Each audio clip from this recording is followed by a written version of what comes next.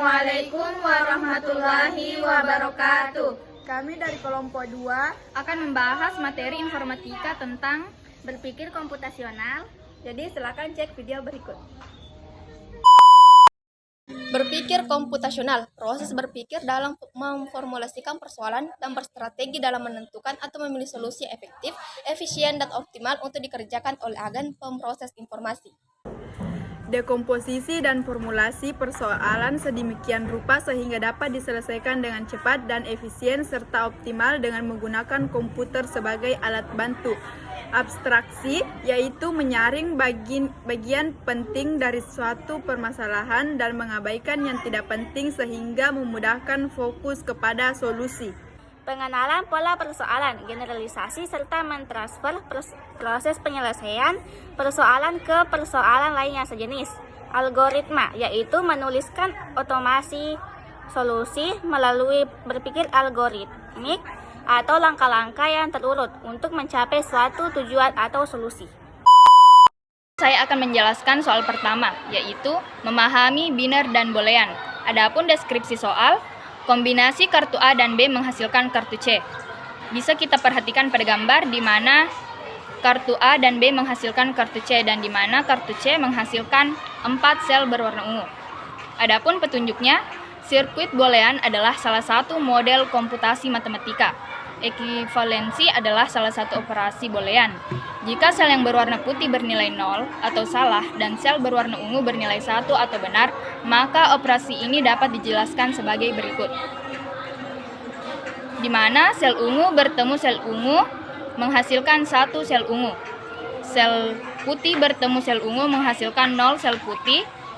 Sel ungu bertemu sel putih menghasilkan 0 sel putih dan sel putih bertemu sel putih menghasilkan 1 sel ungu.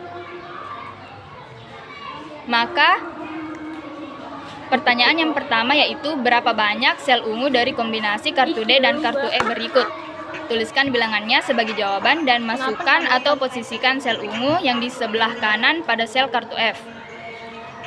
Jadi bisa kita perhatikan pada gambar D dan E, di mana sel putih bertemu sel ungu sehingga menghasilkan 0 sel putih. Sel putih bertemu sel putih menghasilkan 1 sel ungu. Sel ungu bertemu sel putih menghasilkan 0 sel putih. Sel putih bertemu sel ungu menghasilkan sel putih. Sel putih bertemu sel ungu menghasilkan sel putih. Sel ungu bertemu sel ungu menghasilkan sel ungu. Sel ungu bertemu sel putih menghasilkan sel putih. Sel ungu bertemu sel putih menghasilkan sel putih.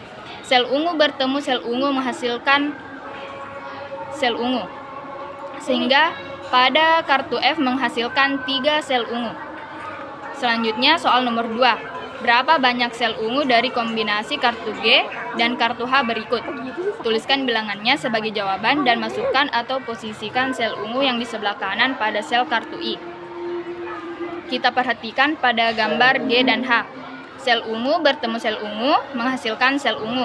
Sel putih bertemu sel putih menghasilkan sel ungu. Sel putih bertemu sel putih menghasilkan 1 sel ungu.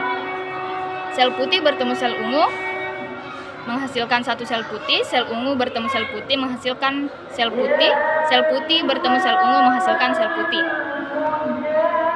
Sel putih bertemu sel putih menghasilkan sel ungu. Sel putih bertemu sel putih menghasilkan 1 sel ungu. Sel ungu bertemu sel ungu menghasilkan 1 sel ungu. Sehingga pada gambar kartu I menghasilkan 6 sel berwarna ungu. Baik, di soal kedua adalah permen loli bebras. Deskripsi: bebras menemukan sebuah lorong yang terdiri dari sederet kotak. Setiap kotak berisi permen loli atau sikat gigi. Ia harus berjalan sepanjang lorong menuju ujung kanan dan tidak boleh mundur atau balik ke arah ujung kiri. Bebras dapat menggosok gigi karena menemukan sikat gigi. Setelah makan 2 permen loli, ia harus menggosok gigi. Jika tidak, Bebras tidak boleh makan lagi. Pada setiap kotak, ia hanya dapat makan loli atau menggosok gigi atau hanya berjalan. Dia tidak boleh membawa loli ataupun sikat gigi ke langkah berikutnya. Latihan pertanyaannya adalah berapa permen loli paling banyak yang dapat ia makan dan giginya tetap sehat. Pada sebuah lorong, Bebras berjalan dan menemukan kotak berisi loli dan ia memakannya. Terus Bebras berjalan lagi dan dia mendapatkan sikat gigi dan dia menyikat giginya. Bebras berjalan lagi, dia mendapatkan 2 loli dan dia memakannya. Bebras berjalan lagi dan mendapatkan 2 sikat gigi dan dia menyikat giginya sebanyak 2 kali. Bebras berjalan lagi dan mendapatkan 3 loli dan dia hanya boleh memakan 2 loli. Dia tidak boleh memakan lebih dari 2 loli apabila dia tidak menggosok giginya. Setelah itu, Bebras berjalan lagi dan mendapatkan sikat gigi dan dia menyikat giginya dan berjalan lagi dan mendapatkan loli dan dia memakannya. Jadi loli yang dapat jadi permen loli yang paling banyak dapat dia makan dan giginya tetap sehat adalah 6, yaitu 1, 2, 3, 4, 5, dan 6. Jadi jawabannya adalah C, 6. Jadi ada penulisan soal ketiga itu foto mana yang kau inginkan. Bebras Joni mempunyai 8 foto. Dia ingin memberikan sebuah foto untuk Bella. Joni bertanya ke Bella foto mana yang diinginkannya. Adapun pertanyaan pertama itu, apakah kamu ingin foto dengan payung pantai? Jawaban Bella yaitu ya. Yang kedua, apakah kamu ingin foto di mana aku bertopi? Jawabannya tidak. Yang ketiga, apakah kamu ingin foto di mana kamu bisa melihat laut? Jawabannya ya. Jadi pertanyaan itu foto yang mana yang harus diberikan Joni kepada Bella. Yang pertama itu foto dengan payung pantai yaitu B, E, G, dan H. Yang kedua, foto yang bertopi yaitu A, B, E, F, dan H.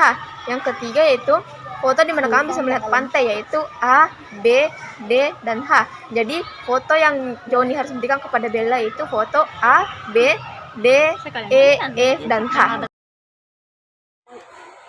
Bismillahirrahmanirrahim. Saya Anissa Nurlarasari akan menjelaskan soal ketiga tentang trio robot. Adapun pertanyaannya yaitu ada 3 robot yaitu Lea, Moe, dan Bob. 5 pernyataan berikut mendeskripsikan ketiga robot tersebut. Pertama, Moe dan Bob tersenyum. Kedua, Bob, Moe, dan Lea masing-masing mempunyai 2 kaki. Ketiga, Moe mempunyai kepala bulat dan Lea mempunyai 2 kaki. Keempat, masing-masing robot mempunyai 5 jari tangan. Kelima, Lea atau Bob salah satu dari mereka mengangkat tangan. Tantangan, pernyataan manakah yang benar? Adapun opsinya yaitu opsi A, 2 dan 3. Opsi 2, Bob, Moe, dan Lea masing-masing mempunyai 2 kaki, di mana Lea hanya mempunyai 1 kaki. Jadi opsi A itu salah.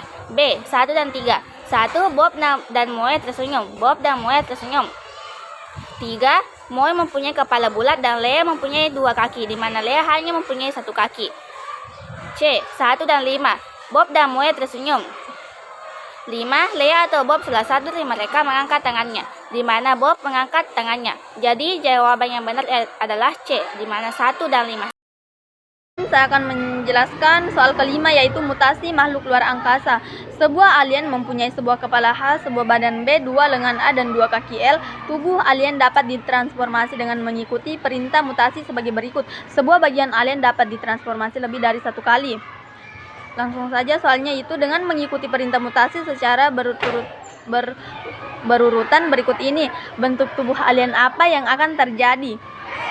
Yang pertama, H dalam kurung T mengatakan ubah kepala menjadi bentuk seperti ini. Kita lihat bentuk seperti itu terdapat pada gambar bagian C. Selanjutnya, L dalam kurung plus mengatakan membuat kaki lebih panjang. Kaki lebih panjang terdapat pada gambar bagian A, B, dan D. Selanjutnya, B dalam kurung T mengatakan ubah badan menjadi segitiga. Kita lihat gambar yang serupa. Tidak ada gambar yang memiliki bentuk serupa. Langsung saja, A dalam kurung plus mengatakan membuat lengan lebih panjang. Lengan lebih panjang terdapat pada gambar bagian B. Selanjutnya, H dalam kurung C mengatakan ubah kepala menjadi bulat. Kepala bulat terdapat pada gambar bagian D. Selanjutnya, A dalam kurung minus mengatakan membuat lengan lebih pendek. Lengan lebih pendek terdapat pada gambar bagian A, C, dan D.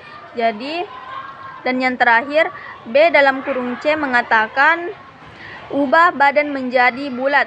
Badan bulat terdapat pada gambar bagian B dan D. Jadi jawabannya D karena bentuk bagian D yang memenuhi syarat-syarat tersebut. Itulah tadi video dari penjelasan kami. Sekian, assalamualaikum warahmatullahi wabarakatuh.